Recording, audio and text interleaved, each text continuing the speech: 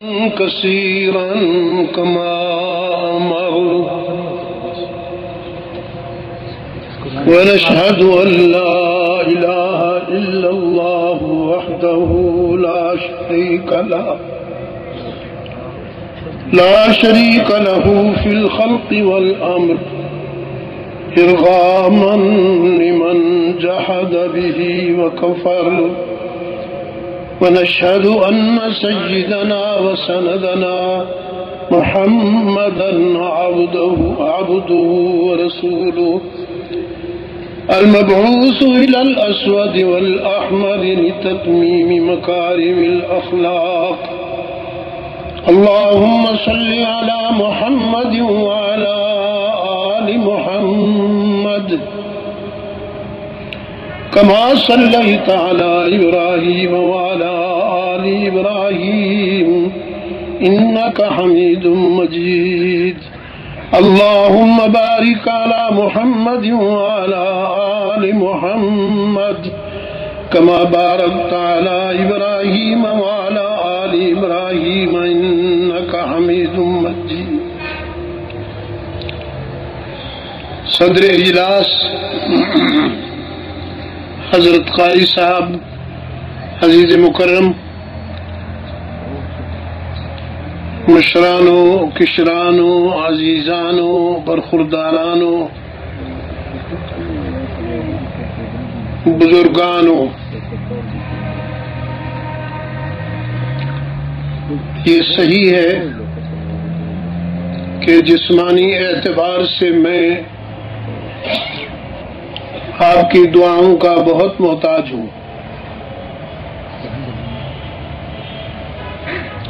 لیکن جو کچھ مجھے کہنا ہے وہ کہنے کے لیے میں بیمار نہیں ہوں۔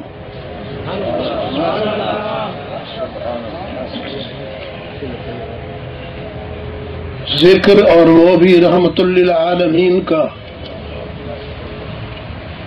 روح الامین کی زبان چاہیے اسے بیان کرنے کے لیے، اور صدیق اکبر کا دل چاہیے اسے سننے کے لیے۔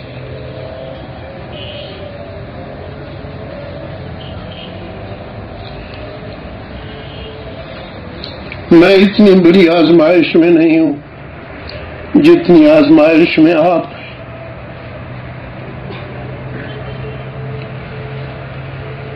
وہ ذات اقدس جس کے تذکرے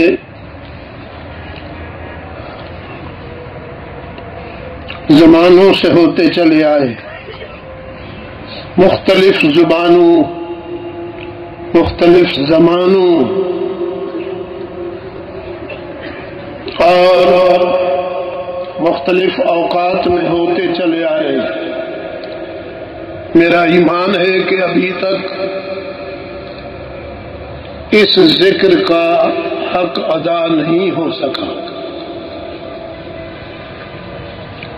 ہر بات بار بار کہی جائے تو پرانی ہو جاتی ہے۔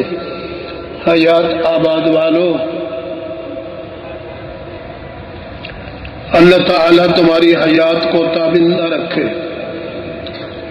ہر بات پرانی ہو جاتی ہے، لیکن ورفعنا لک ذکرک کے تقاضے اللہ نے یوں پورے کیے کہ اپنے محبوب کے اذکار کو، تذکروں کو زندہ جاوید کر دیا۔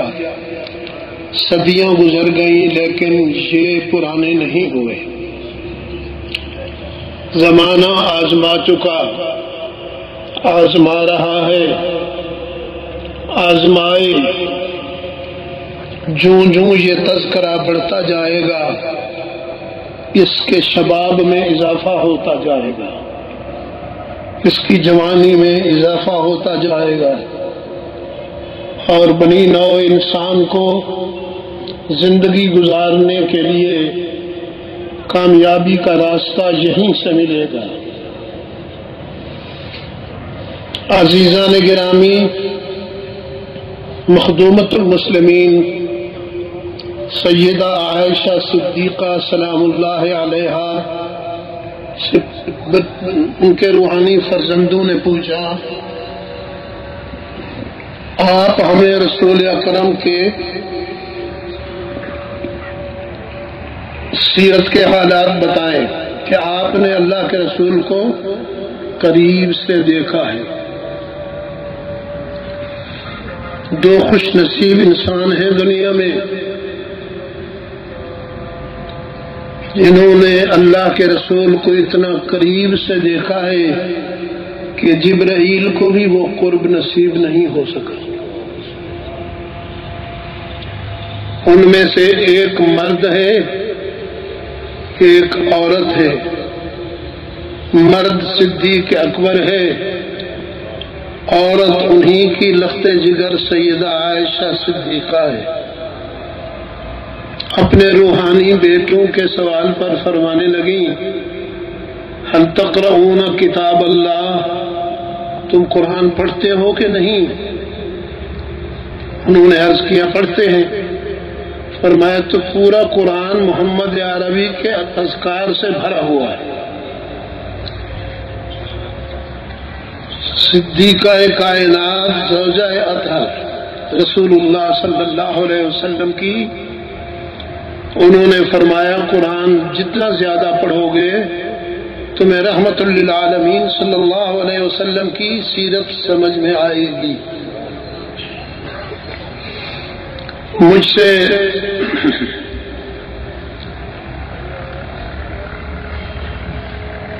امریکہ میں ایک یونیورسٹی کے طلباء نے کہا تھا سیرت النبی پر جو سب سے مستند کتاب ہو ہمیں وہ لکھ دو۔ میں نے بغیر کسی تکلف کے لکھ دیا قرآن کریم۔ قرآن کریم سے بڑھ کر سیرت رحمت عالم پر مستند مسودہ کوئی اور نہیں ہے۔ اے کاش اس ریاست کے رہنے والوں نے قرآن کو صرف چومنے پر گزارا نہ کیا ہوتا، اسے سمجھا ہوتا اور اس کا مطالعہ کیا ہوتا تو آج ہم پوری دنیا میں قابل رشک ہوتے۔ عزیزان گرامی، سیدنا صدیق اکبر اور سیدہ عائشہ صدیقہ سلام اللہ علیہما کا یہ قرب ازلی تھا، ابدی بنا۔ وہ کل بھی رسول اکرم کے ساتھ تھے، آج بھی رحمت عالم صلی اللہ علیہ وسلم کے ساتھ قریب تر ہے۔ اس لیے صحابہ نے ان سے پوچھا کہ آپ ہمیں اللہ کے رسول صلی اللہ علیہ وسلم کی زندگی کے حالات سے باخبر کیجیے۔ صدیقہ کائنات نے فرمایا آپ روتے زیادہ تھے، ہنستے کم تھے۔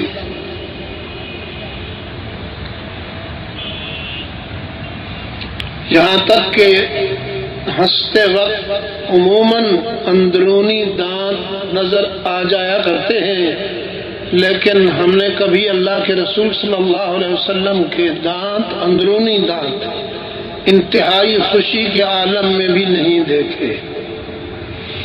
آپ کی ہنسی تبسم کی حد تک ہوا کرتی تھی اور آواز تو کسی نے سنا ہی نہیں، کہا تو کسی نے سنا ہی نہیں۔ اللہ ہمیں توفیق دے کہ ہم اپنے ضمیر کو جج بنا کر رحمت عالم کی سیرت کے تناظر میں سوچتے بھی جائیں ہمارا ہنسنا اور ہمارا رونا کیسا ہے۔ سیدنا ابراہیم جو آپ صلی اللہ علیہ وسلم کے چھوٹے اور آخری فرزند ہیں، سیدہ ماریہ قبطیہ کے بدن سے، وہ جب جان کنی کے عالم میں دنیا چھوڑ رہے تھے تو رحمت عالم صلی اللہ علیہ وسلم کے آنسو آنکھوں سے نکل کر ابراہیم کے چہرے پر گرے۔ حضرت عبداللہ ابن مسعود رضی اللہ تعالی عنہ نے یہ دیکھ کر عرض کیا، انت یا رسول اللہ، حضور آپ بھی، یعنی آپ نے گریہ و ماتم سے اتنا منع کیا تھا اپنے خدام کو، اپنے غلاموں کو، کہ وہ ایسے موقع پر بھی روتا دیکھ کر اللہ کے رسول کو متعجب ہوئے اور عرض کیا، وَأَنْتَ، آپ بھی؟ حضور صلی اللہ علیہ وسلم نے فرمایا، یہ ماتم بھی نہیں، گریہ بھی نہیں، یہ تو بچھڑتے ہوئے فرزند کی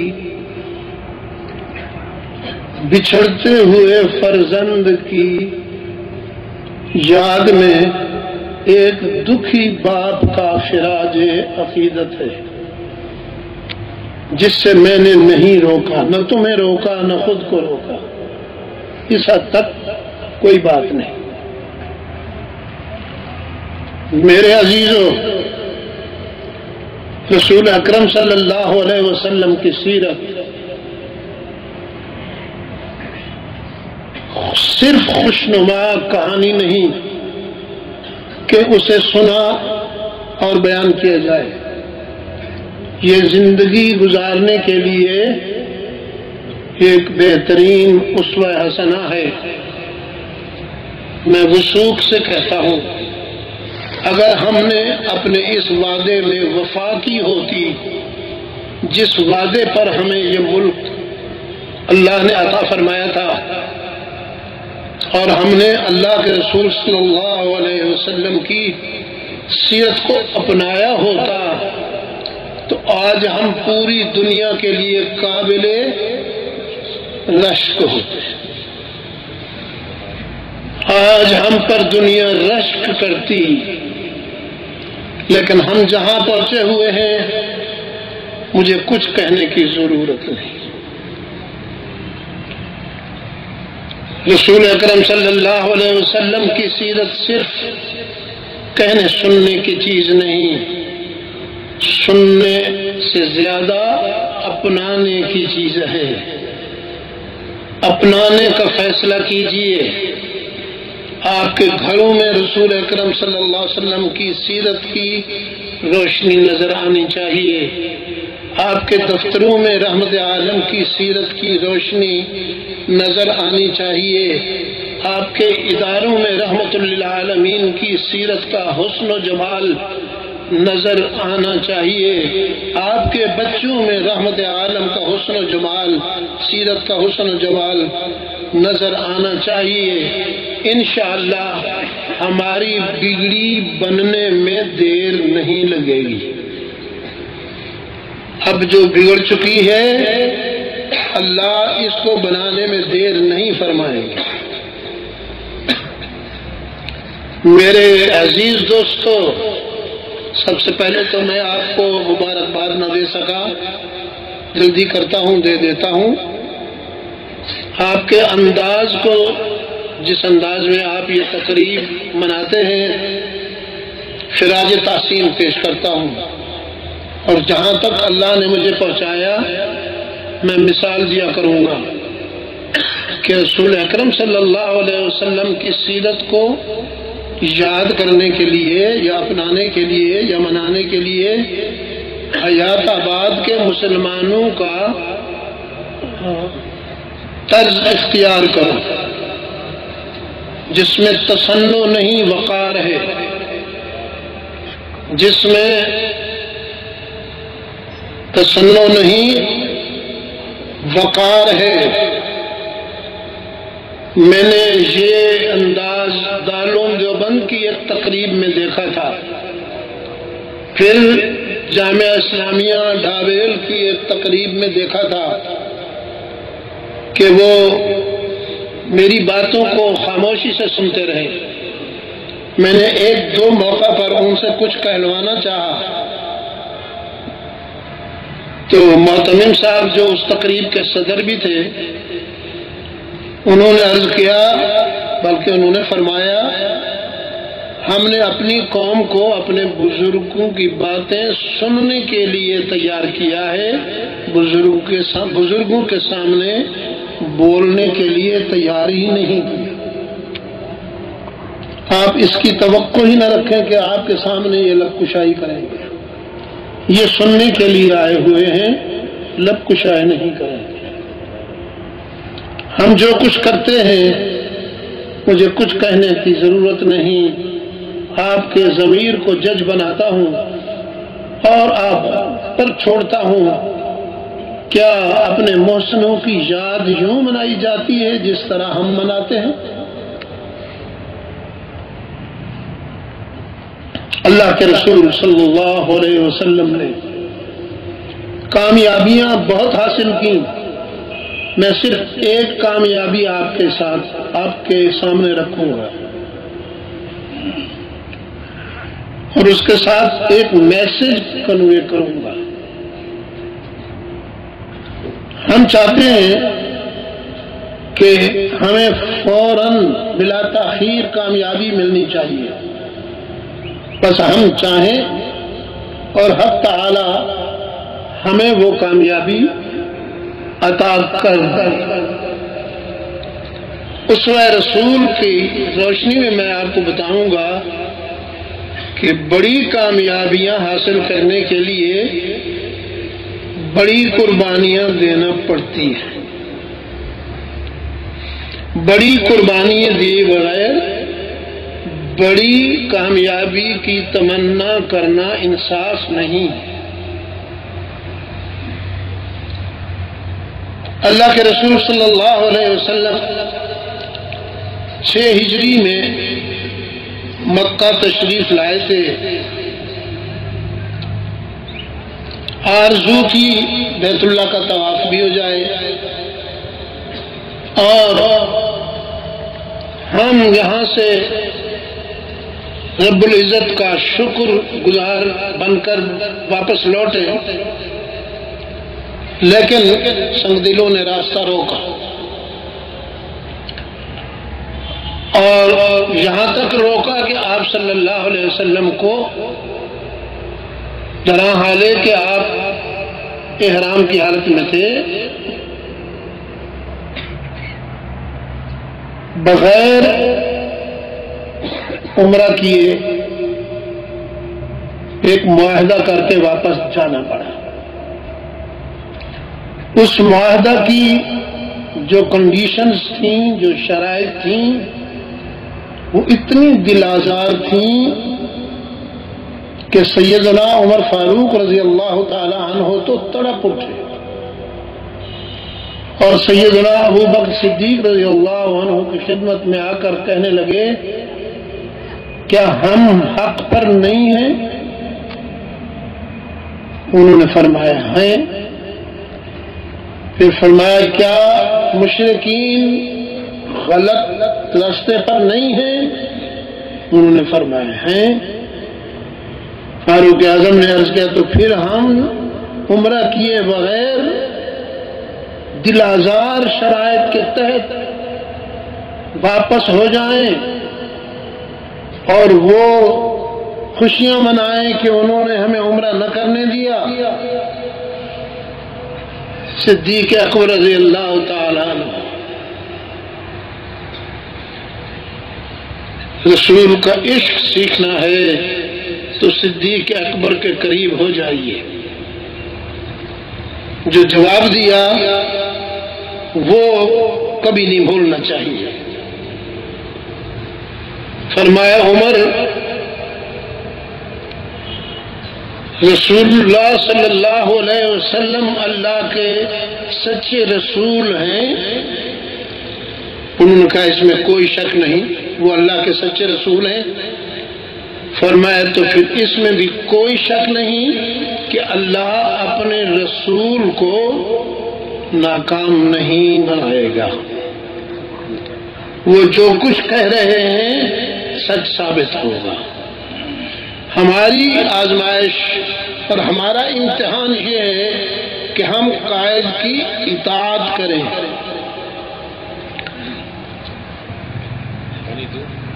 کہ نہیں، میری بات سن، قائد کی اطاعت کے دعوے تو ہر طرف ہوا کرتے ہیں، لیکن قائد کی اطاعت کا لمحہ وہ ہوتا ہے جہاں آپ نہ چاہتے ہو اور قائد کی مرضی ہو کہ اطاعت کی جائے، ہم کامیاب اسی میں ہوں گے۔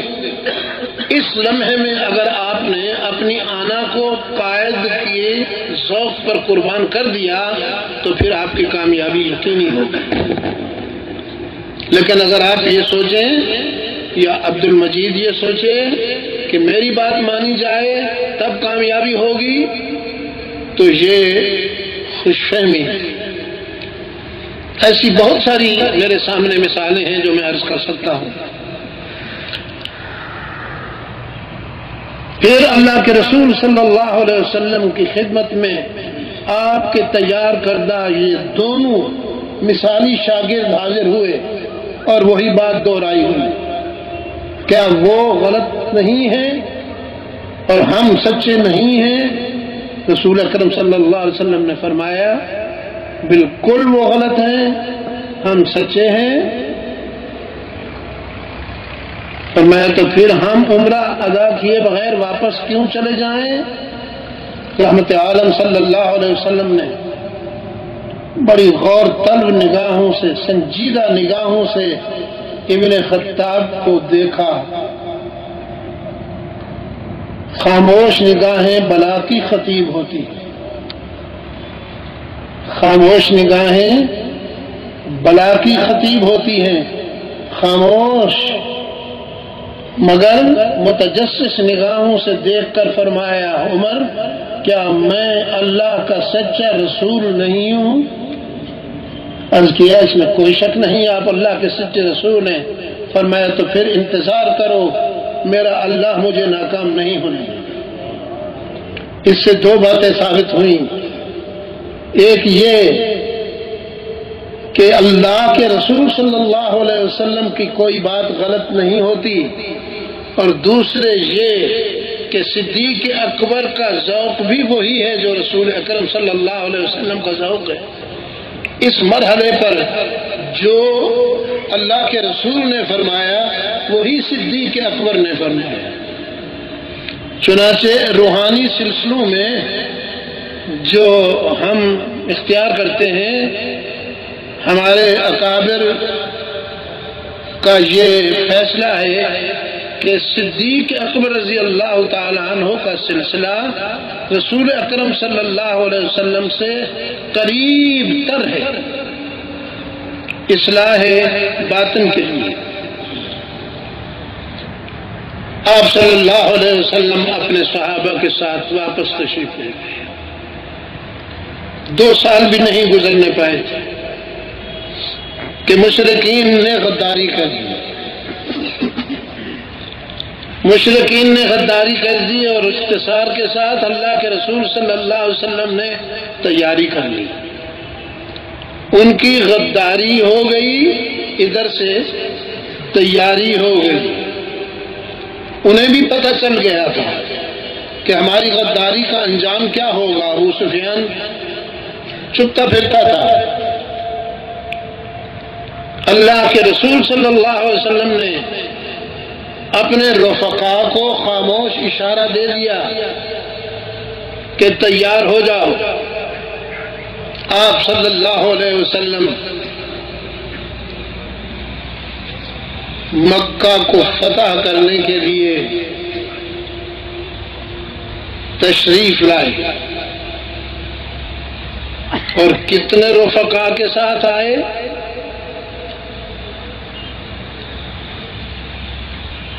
آپ سے مدد چاہتا ہوں، 10,000 رفقا کے ساتھ، 10,000 رفقا کے ساتھ آئے۔ مکہ جسے فتح مبین کہتا ہے قرآن کریم، کو فتح کرنے کے لیے اور حلوائیوں کو مزہ چکھانے کے لیے۔ رسول اکرم صلی اللہ علیہ وسلم کا قافلہ مکہ پہنچا، ابو سفیان نے اللہ کے رسول صلی اللہ علیہ وسلم کے قافلے کو دیکھا، آپ کے غلاموں سے کہنے لگا آج تو ابن عبداللہ کی وجاہت آسمانوں سے باتیں کر رہی ہے، آج تو ابن عبداللہ کی وجاہت آسمانوں سے باتیں کر رہی ہے۔ کسی طرف سے آواز آئی آج بدلے کا دن ہے، کل ہماری گردنیں تھیں، تمہاری تلواریں تھیں، آج وہ تلواریں ہمارے ہاتھ میں آ گئی ہیں اور گردنیں تمہاری ہوں گی۔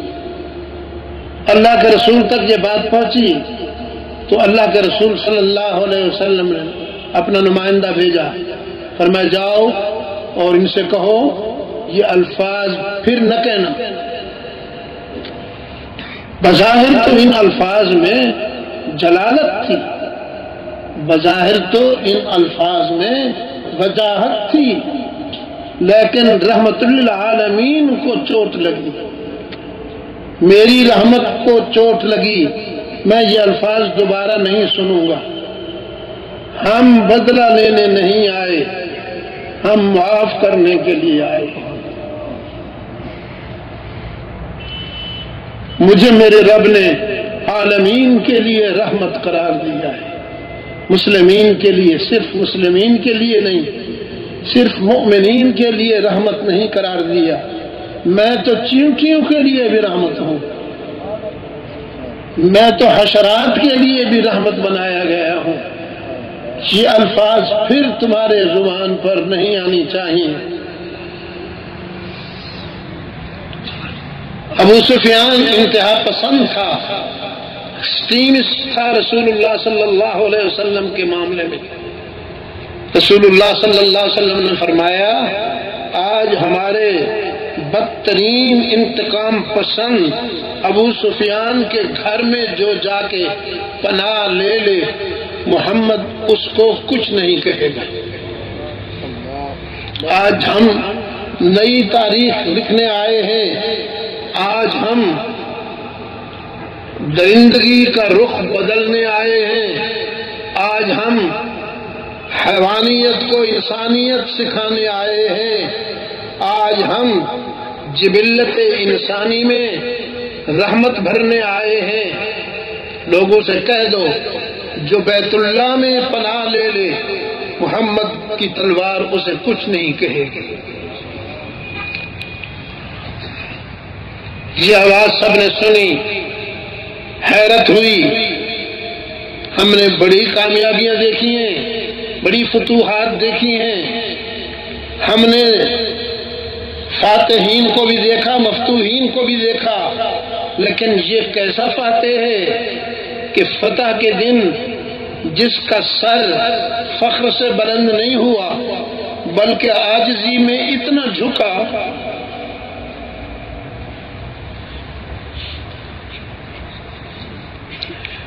کہ اونٹنی کے پلان سے جا لگا۔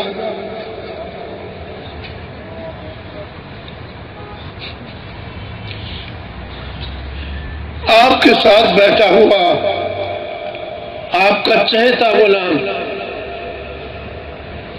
ظاہر ہے جو مقام آقا کا تھا غلام کا تو نہیں تھا، وہ فرق مسرت میں کہہ اٹھا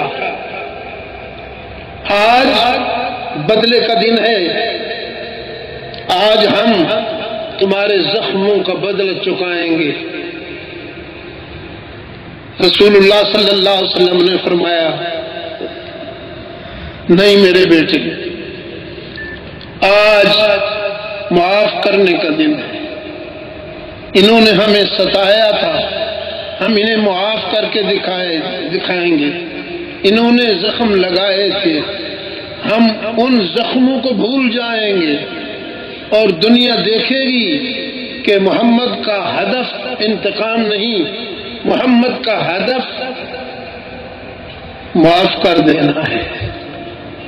پوچھا گیا تھا اس موقع پر اللہ کے رسول جس نے ہمیں بہت ستایا ہو جس نے ہمیں بہت تڑپایا ہو، جب ہمارے قابو میں آ جائے تو پھر ہم اس کے ساتھ کیا کریں؟ عالمین کی رحمت نے فرمایا تمہیں ستانے اور تڑپانے والا جب تمہارے قابو میں آ جائے تو پھر میرا جواب یہ ہے کہ تم اسے معاف کر دو۔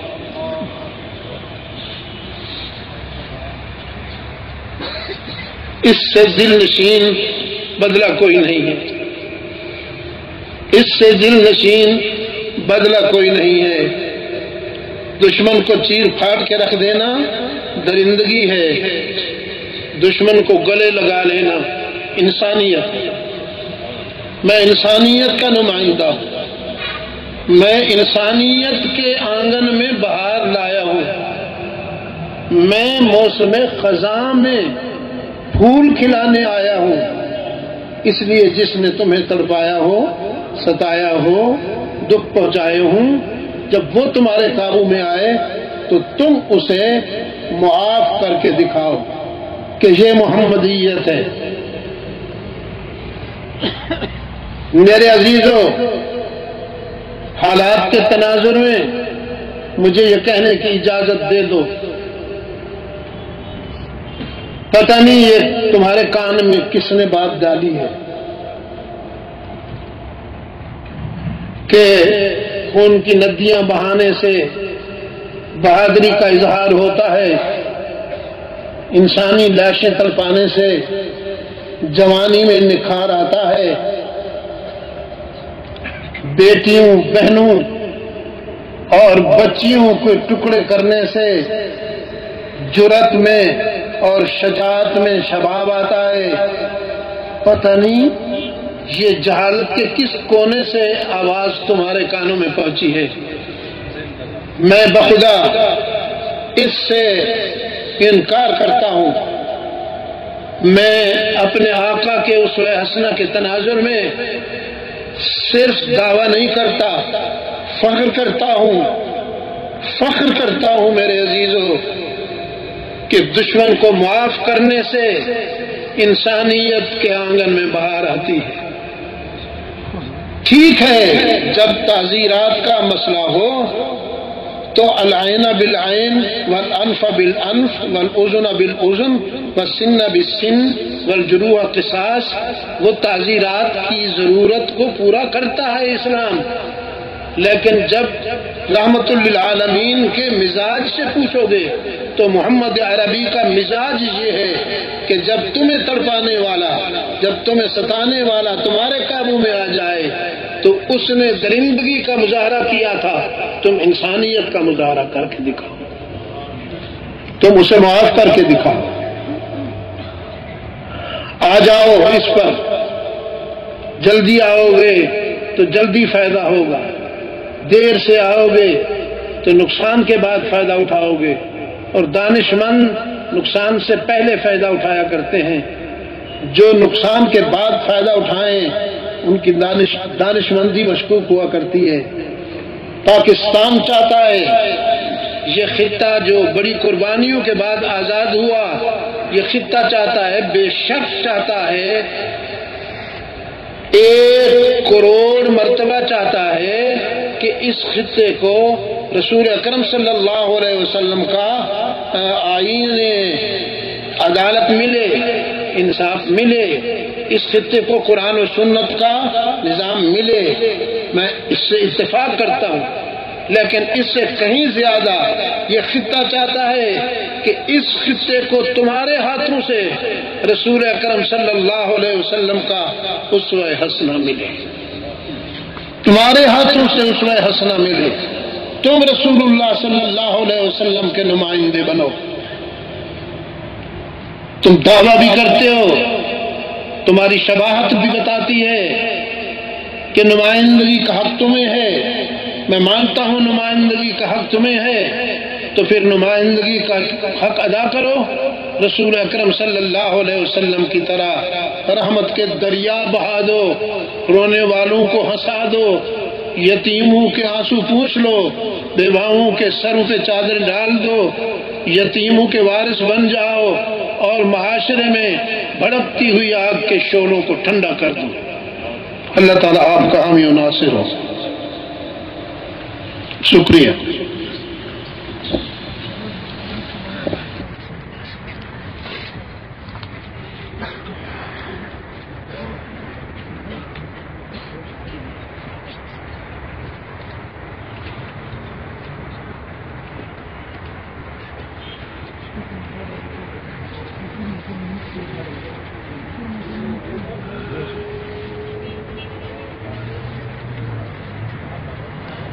ابھی تھوڑی دیر تشریف رکھیں.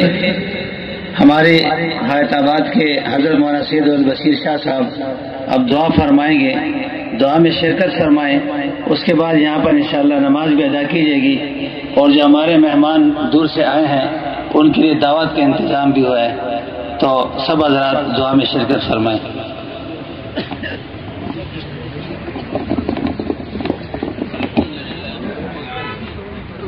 والعاقبة للمتقين والصلاة والسلام على خير خلقه